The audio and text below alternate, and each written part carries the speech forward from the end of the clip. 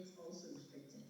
The second way they could have responded to this issue was looking for opportunities outside the local communities. Again, this was a field in high demand, but locally, they were just not there yet.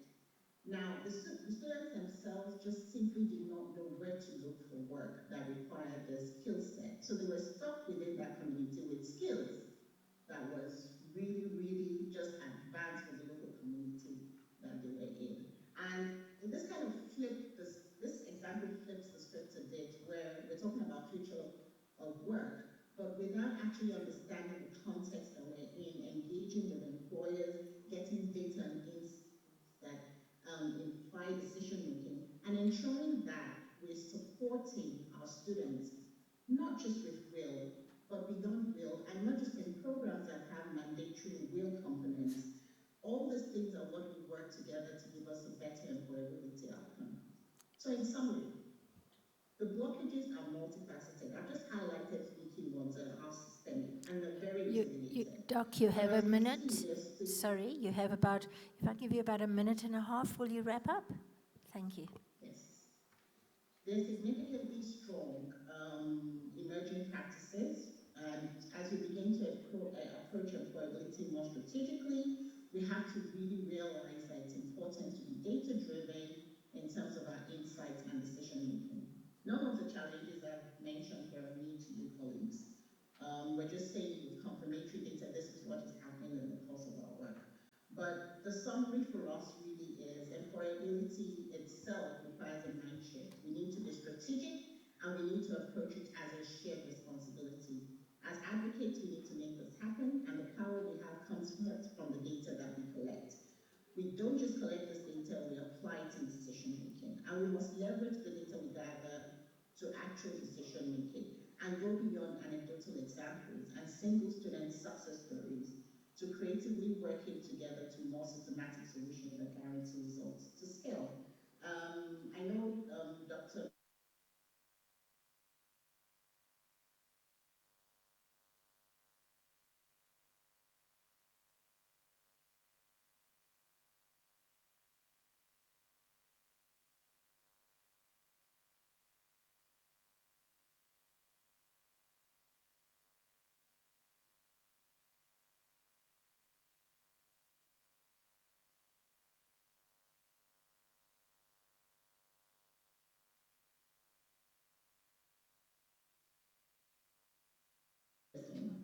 Thank you very much. I think we've had two wonderful presentations, and thank you to our speakers for really keeping to the time. I know we've got plenary 6. There's a moderator coming, and then Mr. Tofi, you can sit down, and then we'll call you back. So the moderator for plenary 6 would be coming now, and then we will take all the questions and the panel after 6. Is that okay? That was the last instruction I got. So it might have changed. Thank you very much, Dr. Shelley. You really tried. Everybody here is trying, but you also really tried. So now we're taking the last plenary session, and it's led by the Honorable Principal of West Coast, Dr. Lungisam Mulawa. I'm prophesying, I'm a pastor in my part-time, so I'm prophesying, a doctor to be. So he's going to moderate this last session. Let's also stick to that 30 minutes. What is good is that there is a speaker at the end who's no longer there. So you will definitely economically use your time. Let's give him a big round of applause. Yes. And he's a supporter of Kaizer Chiefs, so they are going to win. I'm joking, I'm just joking. From the program director, let's not go there. I'm the supporter of rugby. I'm a Pogopoko. Colleagues, good afternoon. It's always difficult to be the last moderator because the program director always rushes the last presenters. Firstly, I want to say kudos to SASCI board for organizing this conference. I know last week we had another conference at Stellenbosch. The themes, they are closely linked. We spoke about the employability of our students and entrepreneurship. So in this conference again, the focus is on our students. President, thank you very much for that. I know very soon you are going to leave the sector, but I think you want to leave with a bang so that we can remember you.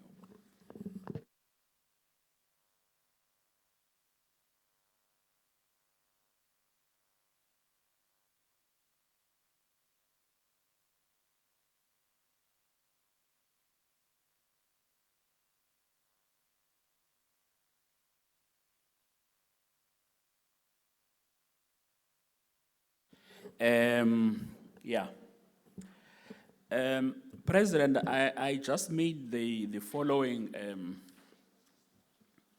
observations that there's very few colleges that are here. Perhaps in the near future, we must really make an effort to invite all of them and then send these invitations directly to the principals. I also observed then that the 2022 will, you cannot hear us? Okay, fine. The 2022 Will Africa recommendations, they were not presented to the principals. The bulk of them, they speak about the TVET colleges. I would then propose then that this recommendation of 2022 and then the recommendations then that we're going to craft out of this conference be presented to principals through SAPCO. You always save the best for last. I've got good news. You've been sitting the whole day. Thank you for that. Under plenary 6, speaker 1 is not available. Speaker 2 is not available. However, luckily I'm here. So on that note, then, I am going to invite then the people then that are earmarked to respond to plenary 5 and plenary 6 to come to the stage. I am going to invite Mr. Beach, Assistant Director. This man has got 3 jobs. Placement, linkages, also entrepreneurship. He's coming from College of Cape Town around this area. I am also going to invite Professor Balkratna, DVC for Teaching and Learning from CPUT. I don't want to say CPUT. Thank you, Prof. I am also going to invite Prof. Diego, CEO Tesna, to come to the stage. I am not sure whether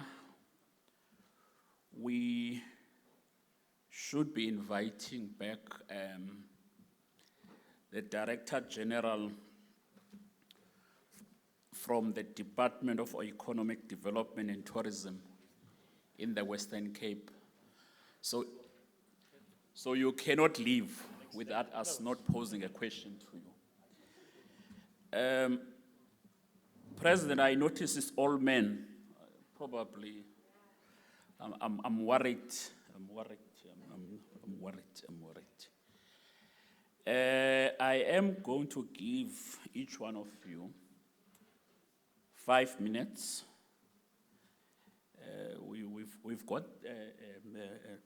We've saved time to introduce yourself and then also respond, and then from there we then take questions from the floor.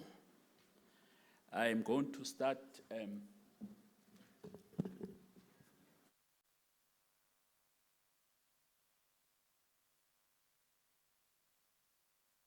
Then I will start with Prof. Diega. Come to the stage, sir, over to you. Thank you very much. Can we give him a round of applause?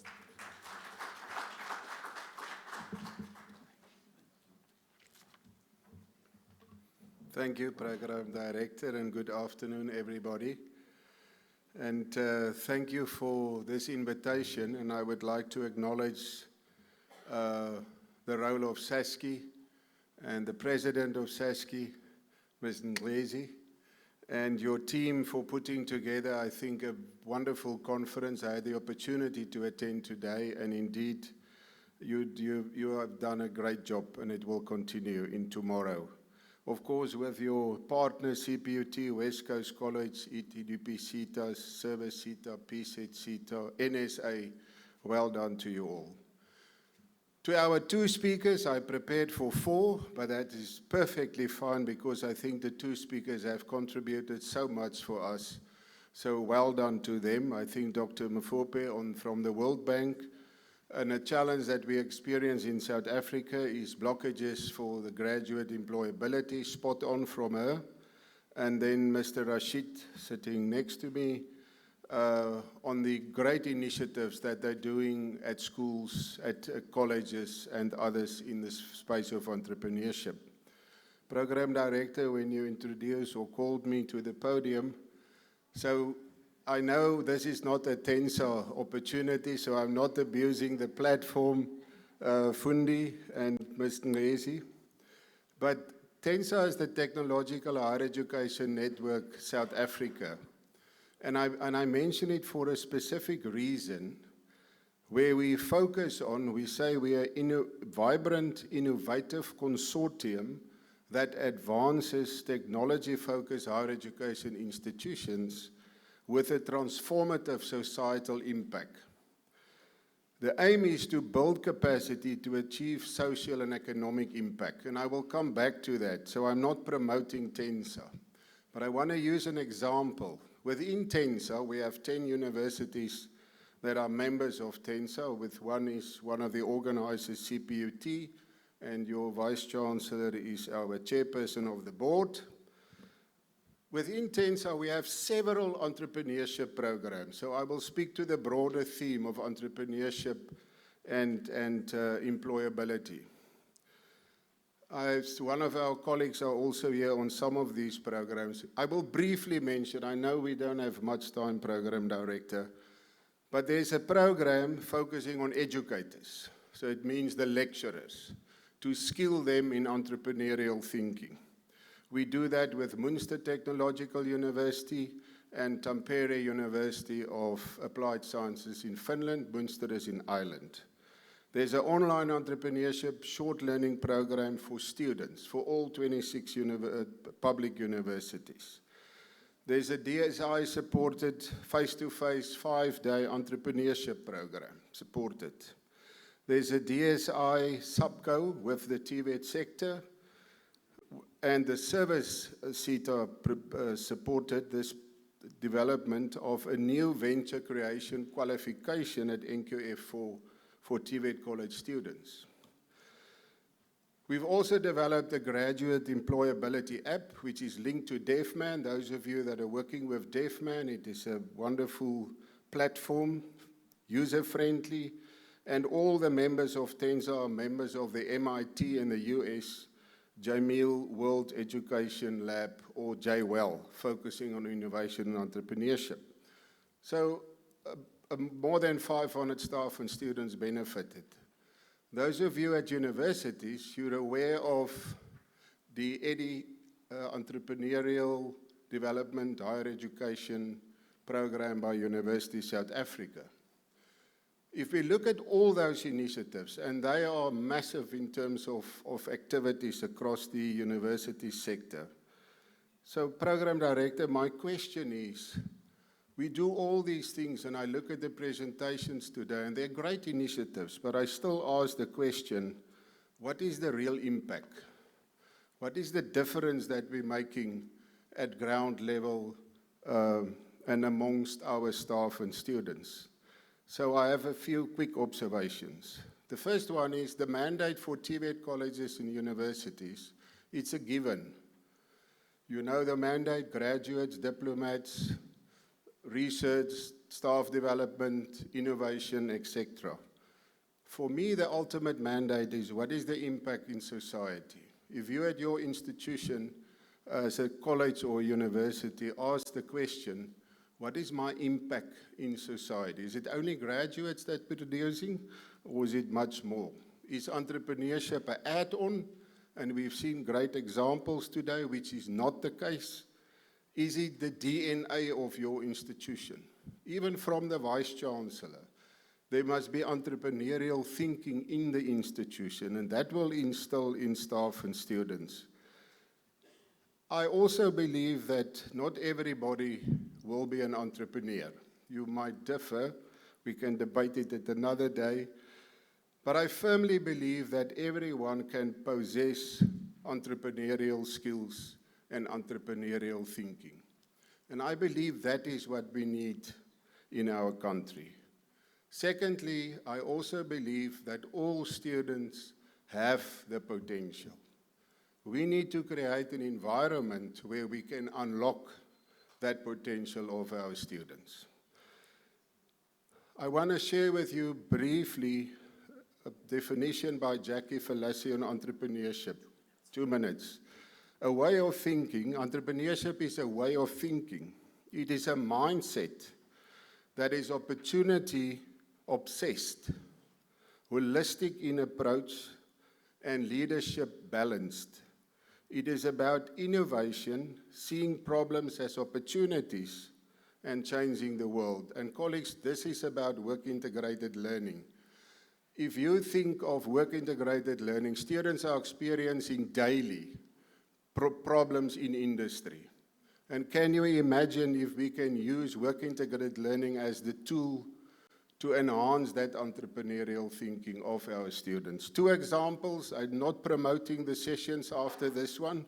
There are 2 great papers on this topic. One from CPUT, Kuyawa and Witch, and another one from Walter Sisulu Mapanga, that are presenting specifically examples that they're doing. So in conclusion, I challenge you, let's revisit work-integrated learning at colleges as well as at universities. Let's instill exit-level outcomes that are focused on entrepreneurship. I believe it is possible. Thank you.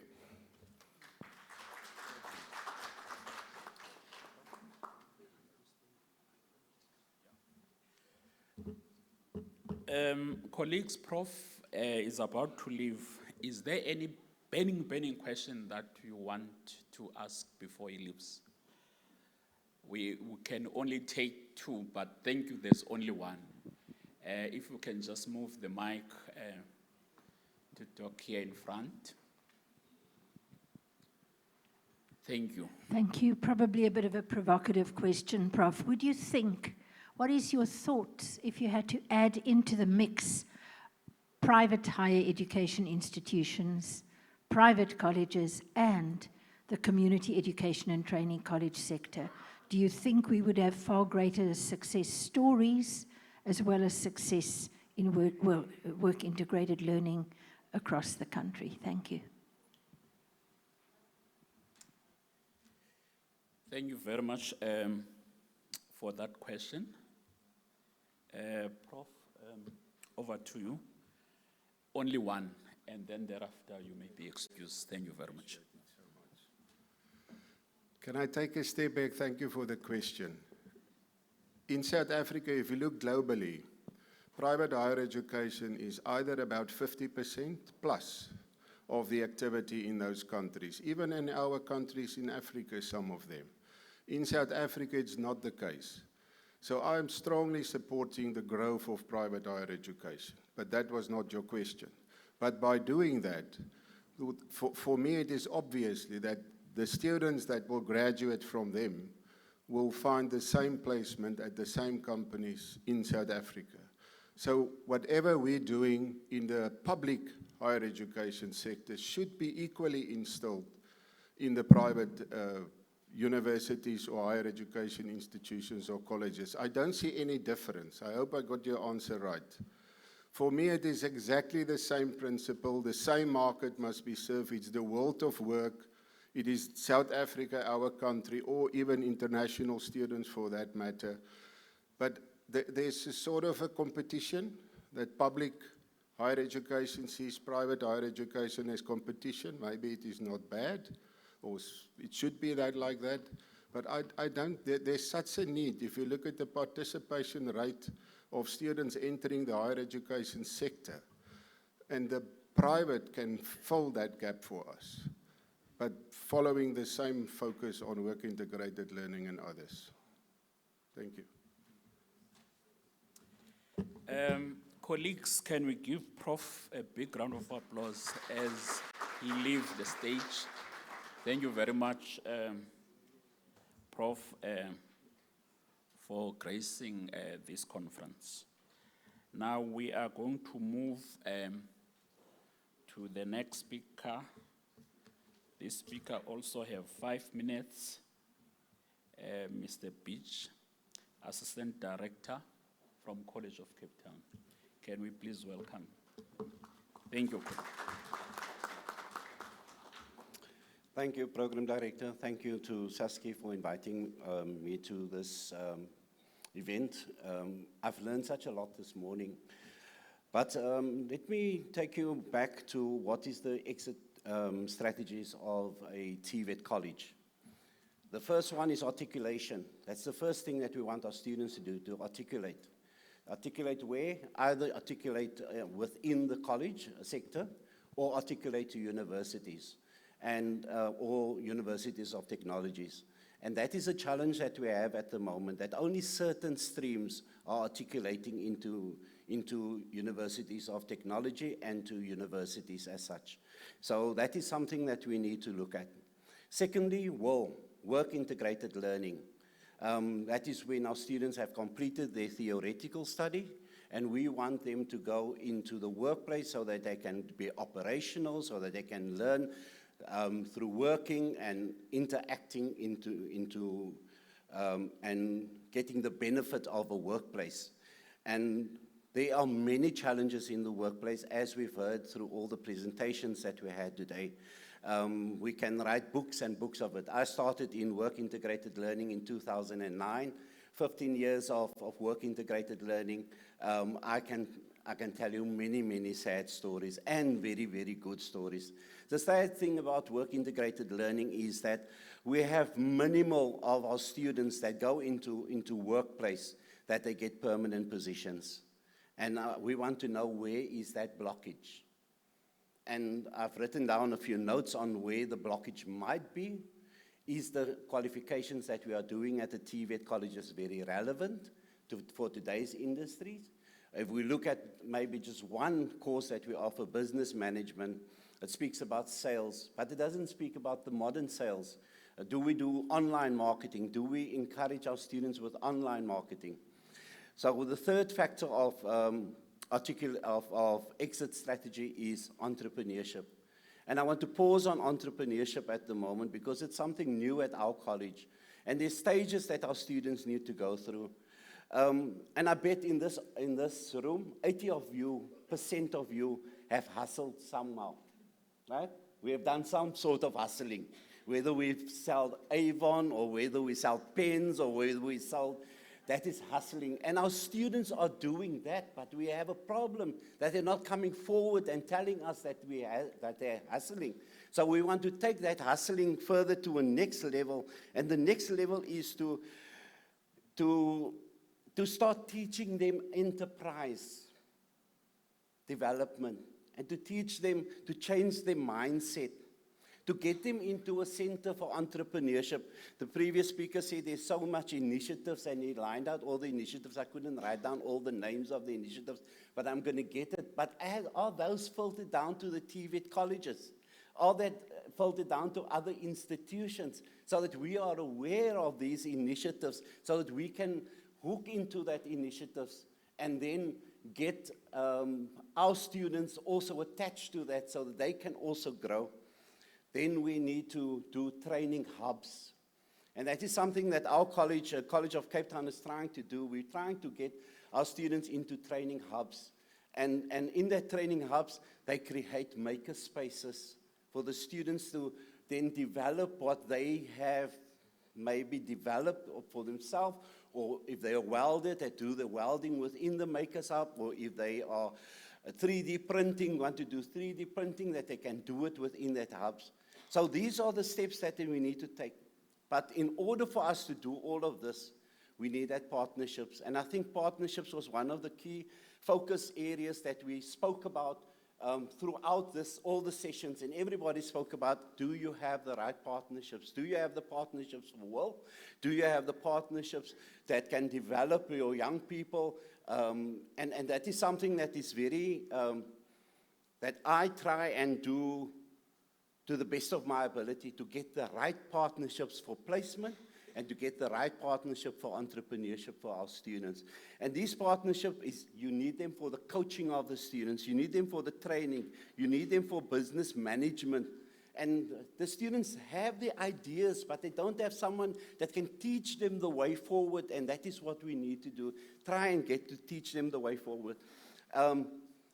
Get mentors, people that are well-established entrepreneurs that have grown their business, get them in to teach our young people, to mentor them, to train them, to help them along the way, and so show them the pathway that they have followed so that they can also be successful. And then finally, my 5 minutes not up, then we're looking at pitching competitions and partnerships. We just recently were part of the Alan Gray Makers competition, and we took our students from the internal competition to the regional competition to the national competition, where one of our students won second prize, a 30,000 Rand prize. And that is all through the development, from taking them from just being a hustler right up to getting a prize. So that is the development stages we want to take our students through. So let's make the hustling more structured. Thank you very much. Thank you very much. Can we give Mr. Pitch a big round of applause? I'm biased because he's from the college sector. I take note of the word hustling. Perhaps most colleges, they've got entrepreneurship hubs. Perhaps we need to rename them as hustling hubs so that it's relevant to the lingua that is being used by our student. Moving along, now I'm going to invite Prof. Barkner to come to the stage and then give your observation about plenary 5 and 6. My colleague made some remarks about the partnership that we need to form as colleges with the CPUT. This morning I spoke to